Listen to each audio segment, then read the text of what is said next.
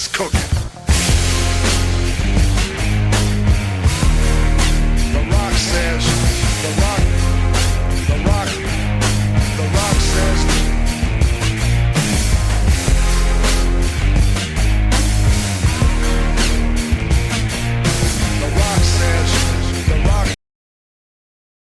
I hear voices in my head, they counsel me, they understand, they talk to me. Hello and welcome to the AEW Wrestling Talk Show with Rich Jones and Sean Smith was bring you our reactions to AEW Full Gear took place this past Saturday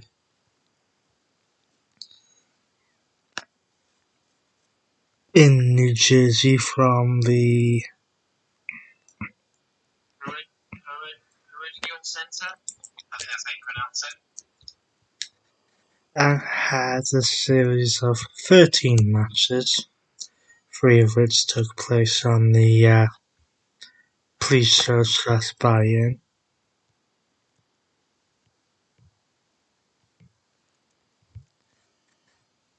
And the other 10 taking place on the main card. So in the buy-in, we had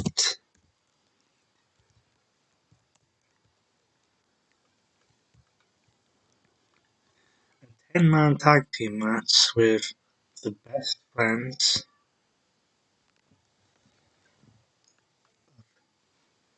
Orange Cassidy, Chandra and Taylor, and Orange Cassidy, and Ricky Romero, and Danhausen. taking on the Factory of QT Marshall, Alan Solo, Lee Johnson, Nick Commando, and Cole Carter. And yes, and this was a 10-man tag team match. Yeah, it was chaos. Chaos doesn't even begin to describe this kind of match.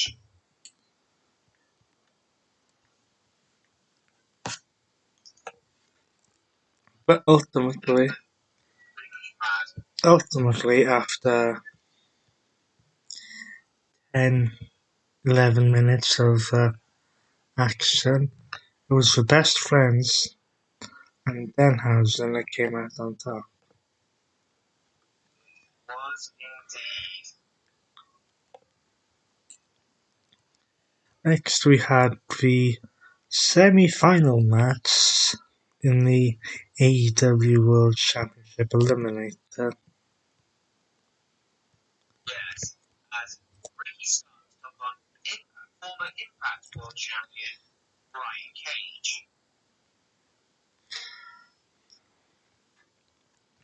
In which, on the 10-minute exactly spot, Ricky Starks would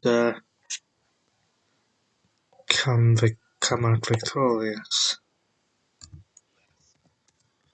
And will proceed to the final.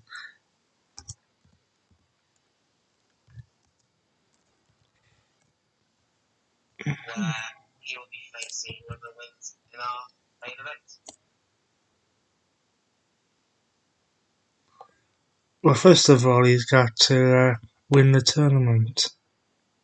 Yes.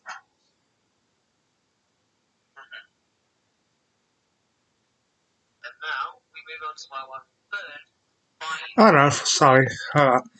He did win the tournament. He won the semi-final on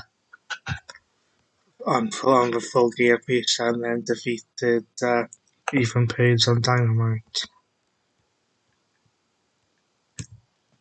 Fair enough, at least one of us is awake.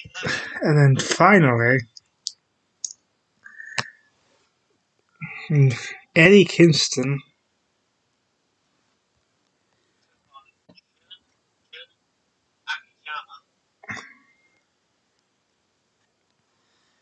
Apologies for the news. Again, apologies for the punctuation of the New Japan Wrestling guys. in a match which in 10.5 minutes,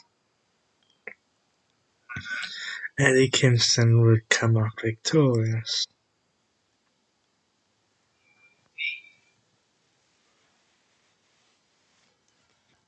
The main card opened up with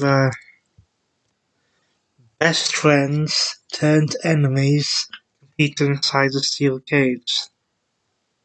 Yes, as Jack Perry took on his former tag team partner, Luchasaurus. Who was accompanied by Christian Cage. Yes.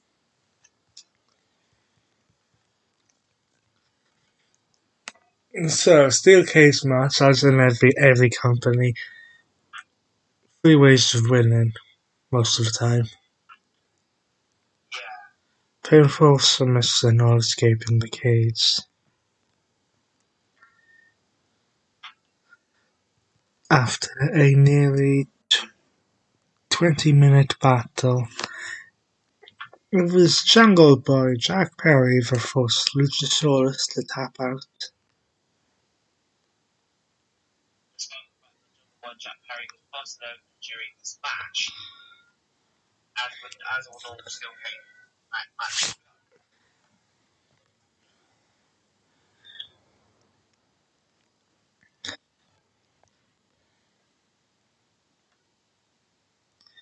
And the next match, I believe, had a slight edit made to it between our pre-show and the actual event. Yes. It was good. It was a 6-man tag team match for the AEW Trios Championship.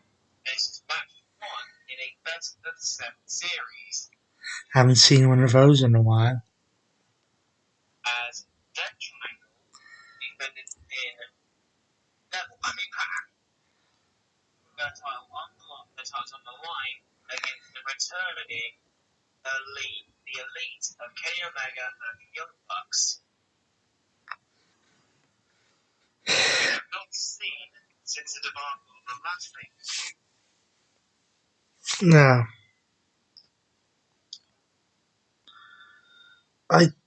This is probably strategic.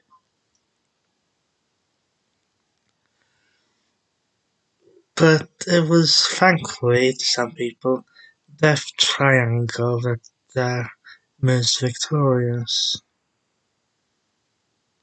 And retain the AEW World Trios Championship and takes 1 point and the first ball in the best out of 7 series. Now, I'm wondering whether they decided to make this a best of 7 series because ultimately they want to put the titles back on the Elite, but they don't want them to win the first match back. That seems to be a good point, doesn't it? Next, we have a match for the AEW TBS Championship as Goldberg, aka Jade Cargill, defends against former Women's World Champion Nyla Rose. otherwise known as the first transgender woman in professional wrestling.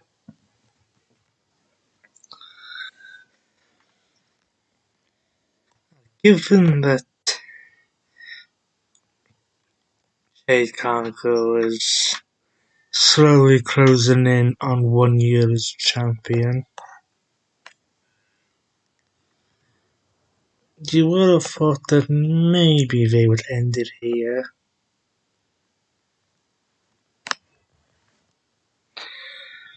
But that unfortunately was not the case. Despite the best efforts of Miss Excuse Me, Also with a bit of assistance from Marina Shafir. but I'm wondering whether they're going to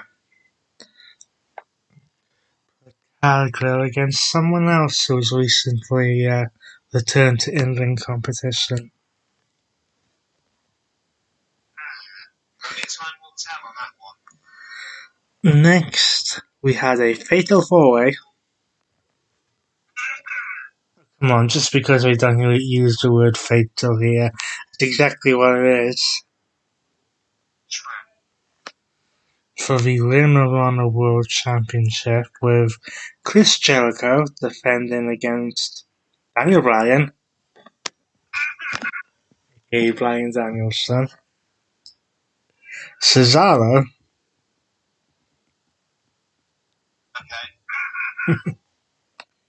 aka yeah, and Sammy Guevara. Now, bear in mind in this match, we have two members of the JAS in Jericho and Guevara, and two members of the Black Club in Brian Danielson and Claudio Castagnoli. Yes, well, this is supposed to be every man for himself, isn't it? Very true, that one. And sometimes it's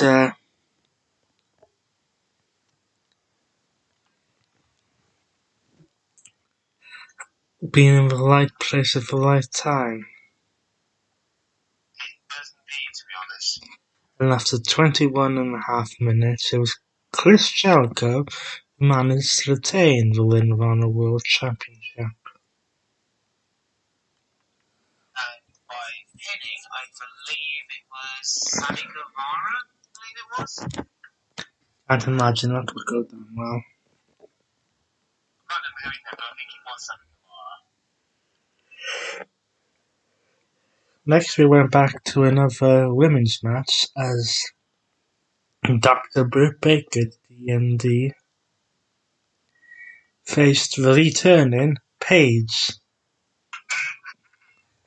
And Saraya, who was competing in her first match in 6 years. Yes, and being not very clear by them, a couple were not allowed to say on this one. I'm not gonna waste any real time on this one.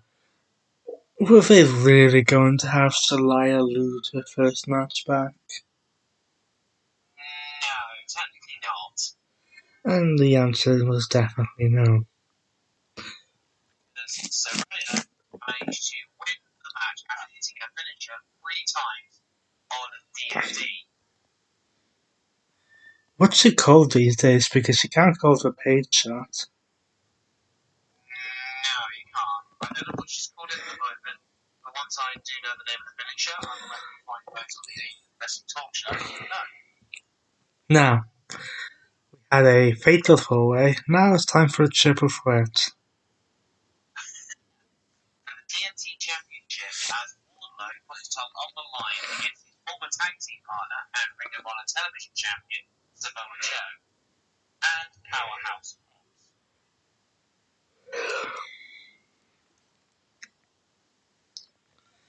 And finally, what would I call it? 4-month reign as champion. Yeah. Wardlow was defeated. Well, I say Wardlow was defeated in a triple threat. In a triple threat match, you don't have to either one score the fall on the champion. But ultimately, it was Samoa Joe in what I believe was his first title match in AEW, who walked out as TNT champion. Give Samoa Joe 2 belts.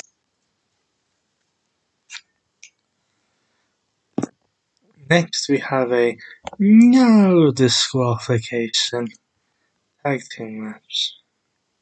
As the team of Sting and Darby Allin team up take on the team of Jay Lethal and Double J, Jeff Jarrett.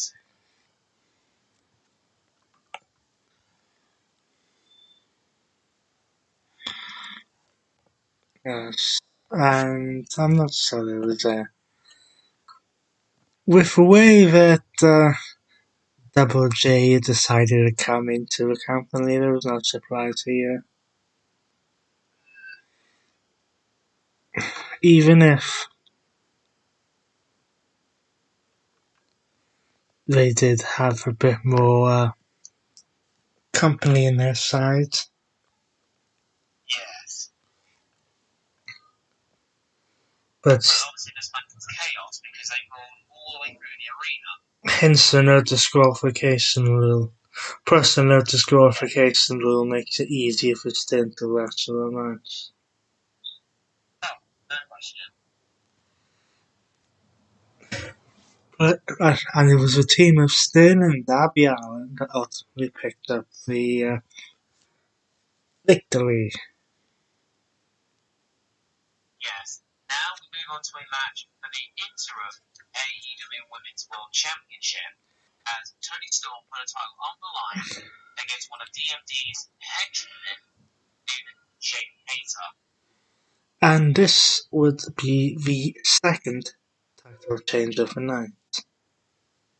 Yes, all thanks to some interference from DMD. It was a little bit annoyed with the result earlier on tonight when she lost against Sarah. Right. Well, of course she was. However, there was a little bit of change made to this on last night's episode of Dynamite. Yes. Initially, Toni Storm's lane, along with Jamie Hayter's, now that she won the match, were not going to be officially recognized by AEW, just like technically Jon Moxley is a four-time AEW World Champion, but only recognized as a 3 Yes. due to the interim and Thunder Rosa being out injured.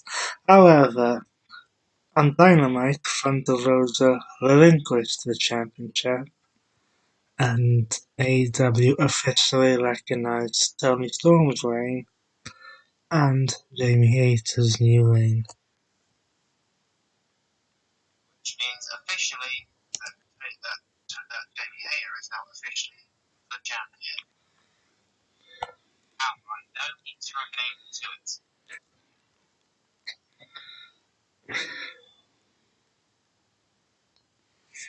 Next it's time for the AEW World Tag Team Championship, when the acclaimed of Max Caster and Anthony Browns defended against Swerve in Agroli of Isaiah Swerve Stricklander and Keith Lee. The Strickland part, there we go. Keith Lee, that's absolutely fine. This was the rematch for a take from Clash of Champions, whatever they call it. First thing that we take in, I believe, was All Out. It was the Grand Slam special of Dynamite for everyone defending titles.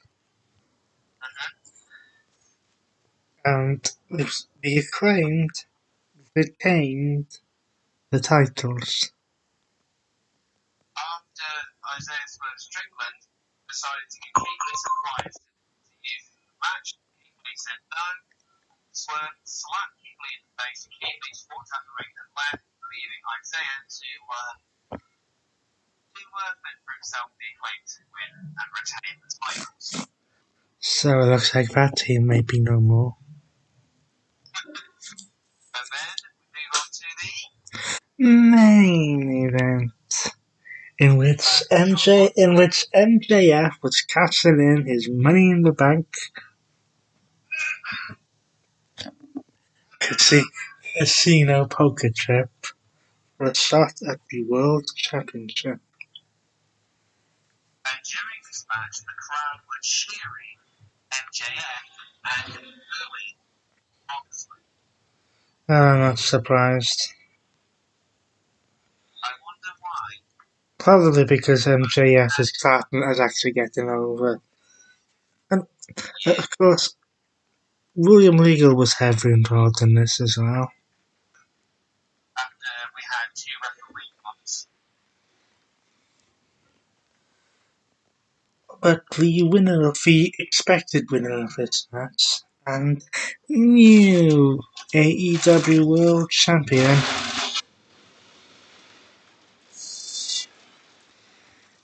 is MJF. Hopefully you won't pick up that noise outside. Yes. Let's run you through the card one more time.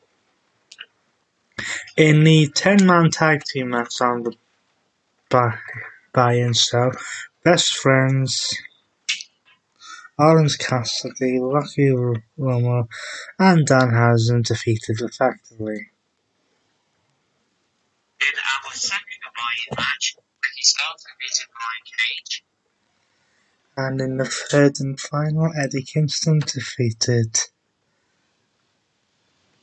Jun Akiyama on the main card. Jungle Boy Jack Perry defeated Luchasaurus inside a steel cage. Death Triangle defeated the Elite in the first of the Best of 7 series for the AEW World Trios Championship. Jade Cargill retained her TBS Championship after defeating Nyla Rose. Chris Jericho retained the Ring of Honor Championship in a fatal 4-way match featuring Bryan Danielson, Claudio Castagnoli, and Sammy Guevara. So Rampage defeated Dr. Britt Baker, DMD. Samoa Joe defeated Wardlow and Powerhouse Hobbs in a triple threat match to become the new AEW TNT champion. Jamie Hayter defeated Tony Storm to become the new AEW Women's World Champion. Finn and Darby Allin defeated Jeff Jarrett. Jeff Jarrett, I'm sorry. Now Billy Hayter defeated Tony Storm to become the new AEW Women's World Champion. The Acclaimed defeated Silver and Crawley after a bit of miscommunication and a possible breakup to retain the World Tag Team Championship. And Maxwell Jacob Freeman defeated John Moxley with a bit of help from William Regal's Brass Nuts to win the AEW World Championship. It will be his Casino Plana Championship cash-in. So that does it for AEW's pay-per-view schedule of 2021. The next big pay-per-view isn't... Did I say 2021? I meant 2022. The next big pay-per-view isn't set to happen until March of 2023. Until then, for the final time this year, he's been... Reese Jones and And I've been Sean Smith. Thank you ever so much for listening to our AEW Talk Show 2022. See you in the new year of 2023.